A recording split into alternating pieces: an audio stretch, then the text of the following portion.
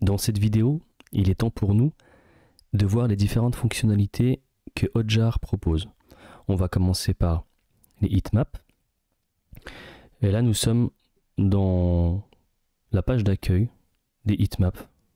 Comme vous pouvez le voir, c'est vide.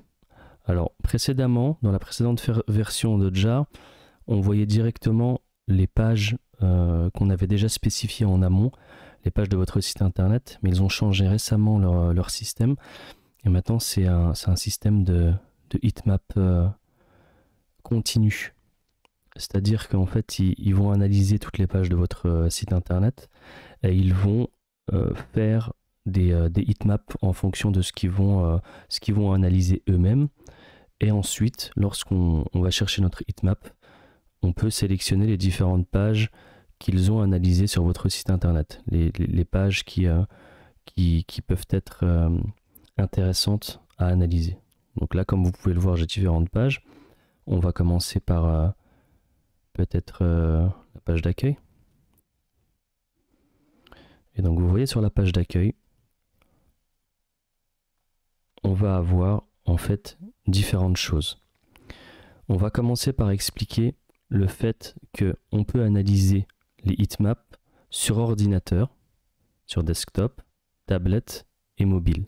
C'est-à-dire qu'en fonction du support où la personne va visiter votre site internet, le heatmap va changer. Donc là, comme on peut le voir, j'ai peut-être pas eu beaucoup de visiteurs sur tablette. Et là, sur mobile, ça va se charger différemment. Donc le temps que ça vienne. Donc là, on peut voir qu'il y a eu pas mal de clics ici. 2 clics, il vous donne le nombre de clics et en pourcentage et en clics. Donc ici, on peut par exemple cliquer et l'enregistrer en tant que highlight. Rappelez-vous, on avait dit que cette partie-là, highlight, les choses qu'on peut taguer, entre guillemets, qu'on peut enregistrer, on va pouvoir les mettre ici, à destination de nous-mêmes ou à destination d'une autre personne qui travaille avec vous, pour lui dire à cet endroit-là, j'ai vu un bug, à cet endroit-là, il s'est passé ça, à cet endroit-là, j'ai vu quelque chose d'intéressant. Vraiment, c'est pour ça qu'on appelle ça une mise en évidence ou une mise en lumière ou un highlight, quoi. Et lorsqu'on scrolle, on va pouvoir voir où est-ce que les personnes ont cliqué. Vous voyez, ici. Généralement, c'est les CTA, c'est les boutons d'appel à l'action. Donc ici, c'est des boutons qui vont faire la promotion de formation que je vais lancer plus tard. Donc ça n'a pas cliqué. Et lorsque vous scrollez, généralement, lorsque vous allez voir des zones de chaleur, c'est là où il y a des boutons d'appel à l'action. Donc là, on peut voir que ça a cliqué simplement sur ce bouton et dans la navigation supérieure. Ensuite, si on analyse sur la partie ordinateur, on peut voir que ça a cliqué sur le menu, sur la partie formateur, contact, FAQ et blog. On peut voir que ça a cliqué plus sur la partie programme parce que c'est plus foncé en fait. Voyez. Ensuite, là on vient d'analyser la partie clic. Maintenant, on peut analyser les mouvements, c'est-à-dire les mouvements de la souris analysés par Hotjar. On peut voir en fait que la souris s'est baladée sur la navigation supérieure, elle s'est baladée un petit peu ici, là, sur la bannière principale. Vous voyez ici, elle s'est baladée sur la formation que je suis en train de proposer sur le site internet et pas trop sur les deux autres puisqu'elles sont en cours de développement. Si on scrolle, vous voyez, ça a scrollé. Là, on a un petit peu regardé quel est le formateur.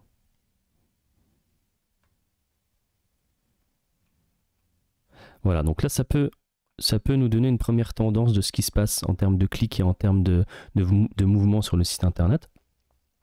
On peut faire le même exercice sur mobile, sauf que là, on va pas pouvoir analyser les mouvements puisqu'on est sur mobile. Évidemment, l'outil ne va pas détecter vos mouvements réels puisqu'il n'y a pas de souris en fait sur le mobile.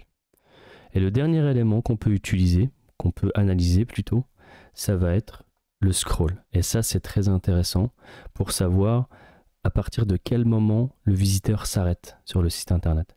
Donc ici, comme vous pouvez le voir, on va voir différentes zones de couleurs sur le site internet.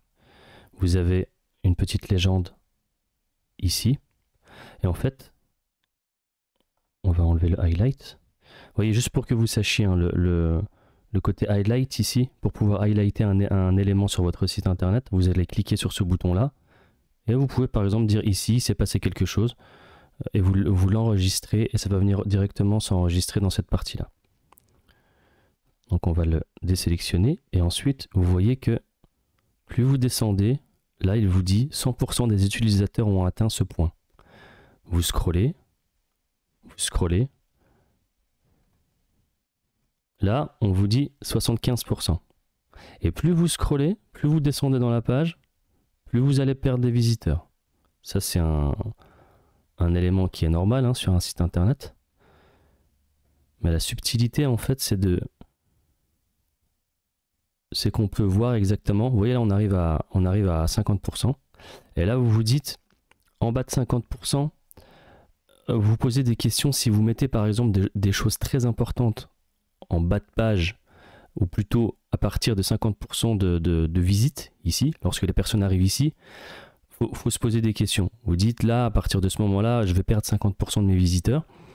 Donc, il faudrait peut-être que les informations qui se situent en bas, voire au-dessus, hein, 50%, je dis ça, mais l'idéal, en fait, c'est d'avoir une page Internet où les visiteurs voient quasiment la totalité de votre page Internet. Vous voyez, par exemple, si 80% de vos visiteurs voient la totalité ou 80% de votre page, c'est excellent. Et c'est ce qu'on essaie de faire. Donc ici, ce qu'on peut se dire, vous voyez ici, en bas de page, j'ai une FAQ. Pour moi, c'est pas très important. Il n'y a pas de plus-value en termes de visite, hein, pour le visiteur, la FAQ. Donc pour moi, c'est pas très problématique d'avoir ça en bas de page. C'est pas très problématique. Ici, par contre, j'ai mis un module de prise de contact, un appel de découverte, hein, qui est lié avec Calendly. Calendly, qui est un outil de prise de rendez-vous en ligne. Donc ici, je peux voir que je commence à perdre des visiteurs. Ouais, à partir d'ici, vous voyez, 66% ont atteint ce point-là. Encore, c'est pas très négatif, hein, on va dire, mais on peut se poser la question, si pour moi cet élément-là est très important, il va falloir que je fasse en sorte que ce soit plus visible. Vous voyez? Donc ça, c'était par rapport à la page d'accueil. Maintenant, on peut analyser la même chose sur la page de formation. Par exemple, celle-ci, c'est une page où je vais faire la promotion d'une formation Figma que je propose. Et on peut faire, par exemple, le même exercice. Par contre, cette page-là est beaucoup plus longue que la précédente. Donc là, si je scroll, 93%, 86%, 80%, je descends, je commence à avoir le programme de la formation. 2 vidéos gratuites. Donc ici, ça va encore. Je les tiens encore. Par contre, ici, on commence un petit peu à les perdre. 66%, 60%, 50%. Et là, vous voyez, ici, à partir de là, on peut se dire qu'on commence à perdre pas mal de visiteurs. Donc, ce qui se passe après cette ligne-là, on peut considérer que c'est pas perdu, mais ça va être moins visité. Donc ici, bon, le formateur, c'est pas il n'y a pas de plus-value, on va dire, en termes de business. Pareil, hein, ici, comme ce que j'ai dit sur la page précédente, l'appel de découverte et le FAQ. La FAQ. Donc, en gros, c'est pas très problématique. J'ai fait en sorte, en fait, d'avoir les informations en bas, mis à part l'appel de découverte, mais qui est contrebalancé, puisque lorsqu'on clique sur Contact dans le menu, il va renvoyer directement sur cette page-là. Donc, voilà comment on peut analyser le site internet et comment on peut se dire telle ou telle portion de la page n'est pas assez visitée et qu'est-ce qu'on peut faire pour restructurer le site internet. Par exemple, en termes de clics, on peut voir ici que la FAQ et le blog dans la navigation, elle n'est pas cliquée, quoi. D'une manière générale, FAQ et blog, c'est pas très cliqué sur la navigation. Donc je peux me poser la question, est-ce que c'est intéressant de, entre guillemets, polluer mes visiteurs et puis potentiellement créer de la friction dans la navigation, sachant que c'est pas cliqué. Donc je peux me poser la question, peut-être le blog le mettre dans le footer et la partie FAQ, la laisser telle quelle, et peut-être mettre en avant un peu plus le contact avec peut-être un petit liseré en bas du contact en jaune, ou peut-être que le bouton soit un petit peu plus mis en avant. Donc je pense que ça pourrait être intéressant. Donc voilà comment on peut analyser le site internet. On peut faire la même chose sur les autres pages, mais je pense que vous avez compris l'utilité de cette fonctionnalité Heatmap.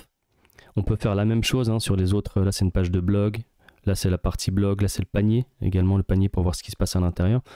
Donc sachant que, juste pour que vous ayez cette information, le site internet a été lancé récemment. Donc en fait, comme vous pouvez le voir, si une personne lance son site internet ou son projet ou son interface web, il peut avoir en fait des statistiques assez rapidement dessus pour dégager une tendance en fait. Vous voyez, assez simplement avec l'offre standard, l'offre basique de Hotjar. Ensuite, pour terminer, on peut rentrer un peu plus dans le détail des fonctionnalités de Heatmaps, sachant que vous avez la possibilité de filtrer en termes de date. Vous pouvez mettre une plage de date. Vous pouvez filtrer assez profondément les pages visitées. Vous pouvez filtrer par pays, par temps passé sur le site internet. Vous pouvez filtrer par browser, par navigateur, sachant que lorsque vous voyez un petit cadenas, c'est une fonctionnalité qui va être dans les offres supérieures, les offres business, etc. Ensuite, highlights, on l'avait vu, donc vous avez la possibilité de, par exemple, ici, vous pouvez enregistrer. Simplement, par exemple, pour se dire que cette partie-là, il faudrait peut-être qu'on fasse différemment, qu'on mette le blog. Vous pouvez créer une collection. On peut dire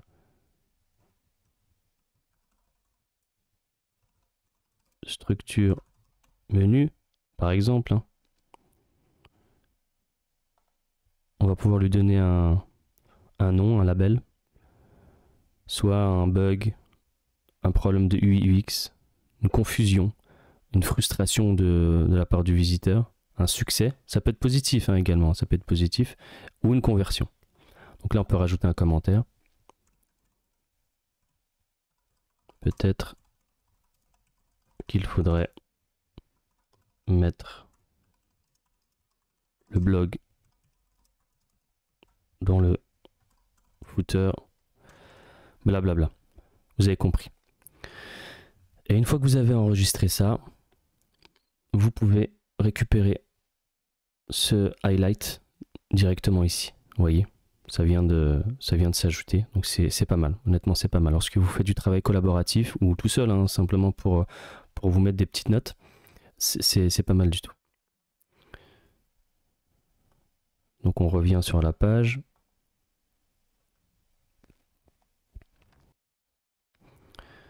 Et donc la dernière chose que vous pouvez faire, c'est de télécharger ce heatmap en JPEG.